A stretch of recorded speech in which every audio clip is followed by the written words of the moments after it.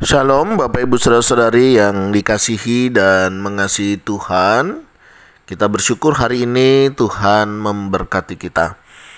Mari sebelum kita membaca merenungkan firman Tuhan, kita berdoa. Tuhan, terima kasih, kami bersyukur hari ini Engkau berkati kami.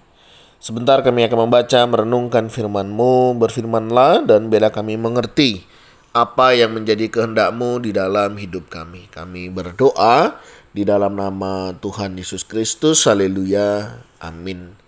Ayat bacaan kita hari ini terambil di dalam Yeremia pasal yang ke-29, ayatnya yang ke-11. Sebab aku ini mengetahui rancangan-rancangan apa yang ada padaku mengenai kamu. Demikianlah firman Tuhan, yaitu rancangan damai sejahtera dan bukan rancangan kecelakaan, untuk memberikan kepadamu hari depan yang penuh harapan. Amin. Demikianlah firman Tuhan, mari kita merenungkannya. Seorang bapak bernama Timothy Keller itu memberikan satu quote tentang iman ya. Iman bukanlah cara untuk membuat Tuhan melakukan apa yang kita inginkan. Iman adalah cara untuk membuat Tuhan melakukan apa yang Dia inginkan. Iman adalah cara untuk menjadi bagian dari kerajaannya. Bapak Ibu Saudara, kalimat ini mau mengingatkan kita bahwa ketika kita beriman, ketika kita percaya begitu ya, Tuhan itu melakukan bukan apa yang menjadi kehendak kita, melainkan apa yang menjadi kehendaknya, dan itu tentunya sesuai dengan rencananya. Sehingga dalam perjalanannya kita boleh menemukan bahwa Allah itu Allah yang merancangkan sesuatu yang baik di dalam hidup kita. Nah, kita bersyukur karena Tuhan begitu baik di dalam hidup kita. Nah, meskipun demikian, tentunya tidak jarang di antara kita bertanya-tanya di dalam hidup ini, apalagi ketika kehidupan kita terkadang itu tidak sesuai dengan yang kita harapkan. Kalau memang Tuhan merancangkan sesuatu yang baik di dalam hidup saya, kenapa saya bisa mengalami situasi kondisi seperti yang saat ini saya alami? Kenapa saya harus menghadapi ini? Kenapa saya harus mengalami ini dan lain sebagainya?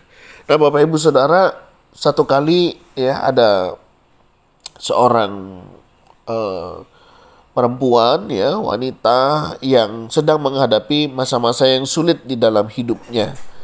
Setelah dia kehilangan pekerjaan dan berjuang dengan kesehatan yang buruk, dia merasa putus asa sulit untuk melihat bagaimana Tuhan dapat memiliki rencana baik untuk hidupnya. Nah, namun dengan kesabaran dan iman yang terus berkembang, perempuan ini mulai melihat tangan Tuhan bekerja melalui dukungan dari teman-teman, kesempatan baru untuk belajar dan pemulihan kesehatan. Sekarang wanita ini saudara tidak hanya telah mendapatkan pekerjaan yang lebih baik, tetapi juga memiliki rasa damai dan kepuasan yang lebih dalam.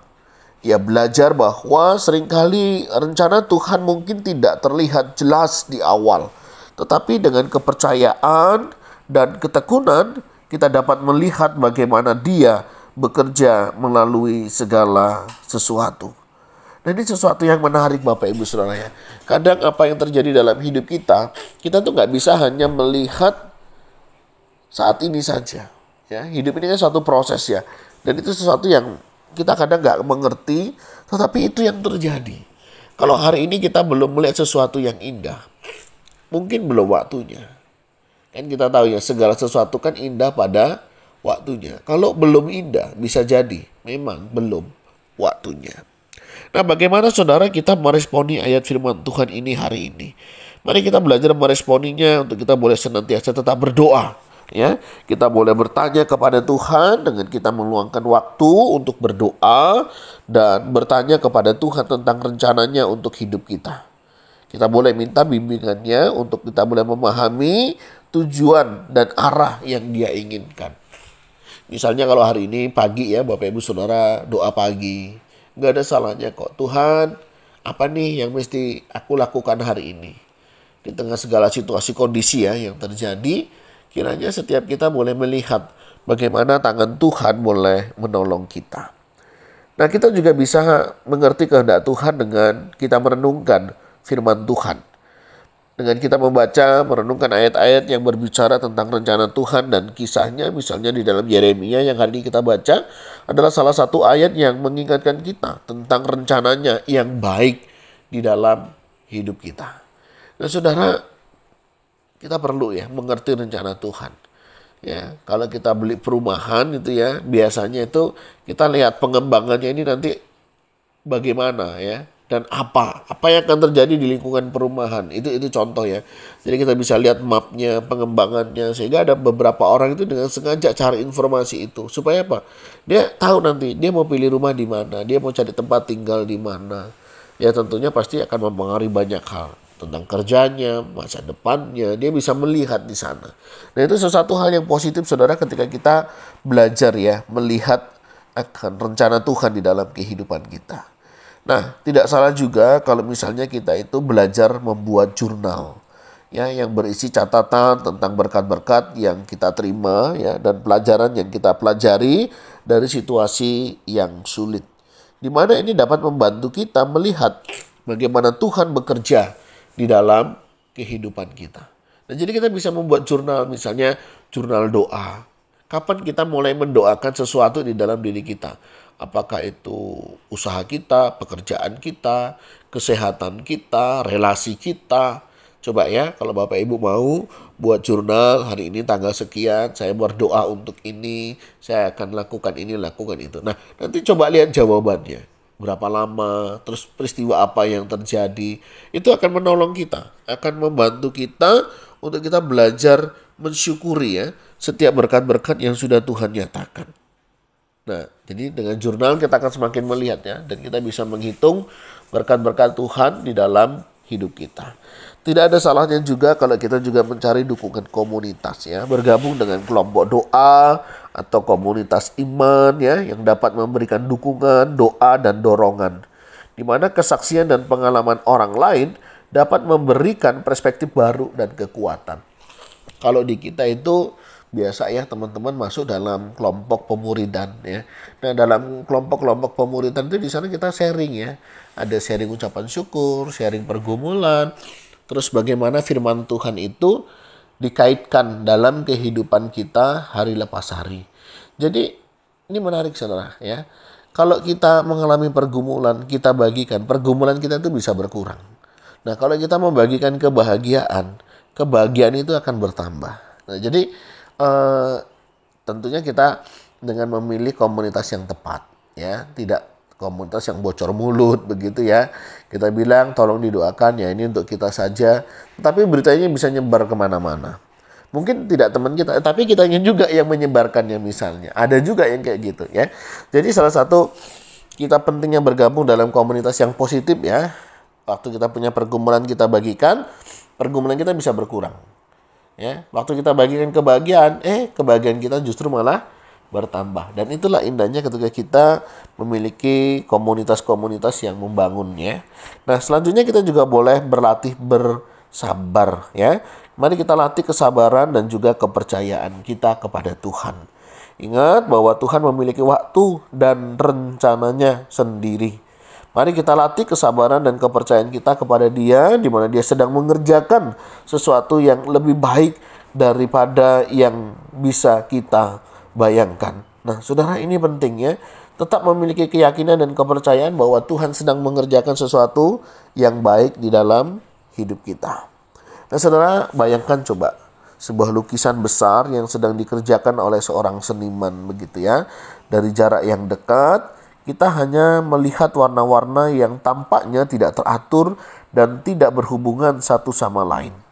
Namun saat kita mundur dan mulai melihat lukisan dari jauh, kita dapat melihat bagaimana semua warna tersebut membentuk sebuah gambaran yang indah dan bermakna.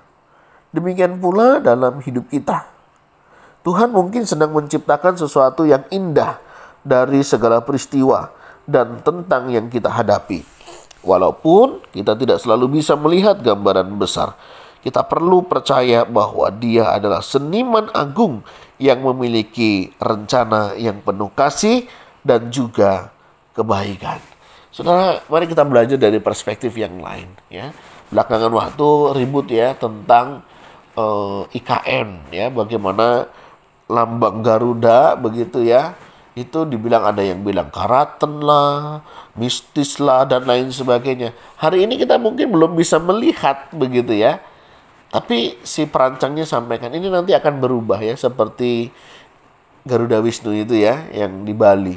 Nanti akan berubah menjadi hijau ya, ketika sudah mulai waktunya. Tapi hari-hari ini kita belum bisa melihat ya betapa bagusnya itu, karena kita melihat serem lah begitu ya, terus kayak karaten lah, karena kita belum melihat hasilnya, saudara.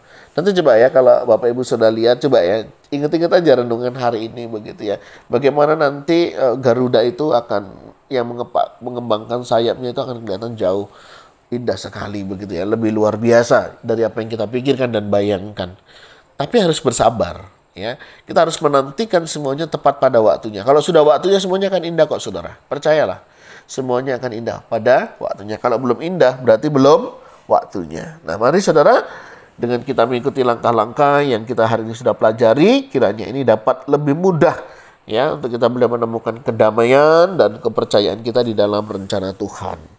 Ya, bahkan ketika kita berpikir jalan yang kita tempuh tampaknya tidak pasti, percayalah Tuhan yang menciptakan langit dan bumi adalah Tuhan yang juga yang mengatur setiap aspek kehidupan kita dengan penuh kasih dan juga kebijaksanaan. Tuhan, terima kasih. Kami bersyukur karena Engkau boleh memberkati kami. Kami ada sebagaimana kami ada, semua berkat kemurahan-Mu. Terima kasih ya Tuhan untuk kasih setia-Mu. Biarlah kami senantiasa hidup dalam kasih setia-Mu dan tetap hidup dalam rencana-Mu. Terima kasih ya Tuhan, berkati untuk kehidupan kami selanjutnya. Apapun yang terjadi hari ini, ajar kami melihat bahwa Engkau merancangkan yang terbaik di dalam hidup kami. Dan biarlah kami hidup seturut dengan kehendak-Mu. Kami berdoa ya Tuhan, di dalam nama Tuhan Yesus Kristus. Haleluya. Amin. Bapak Ibu Saudara, demikianlah renungan kita hari ini. Kiranya Tuhan Yesus memberkati kita sekalian. Salam.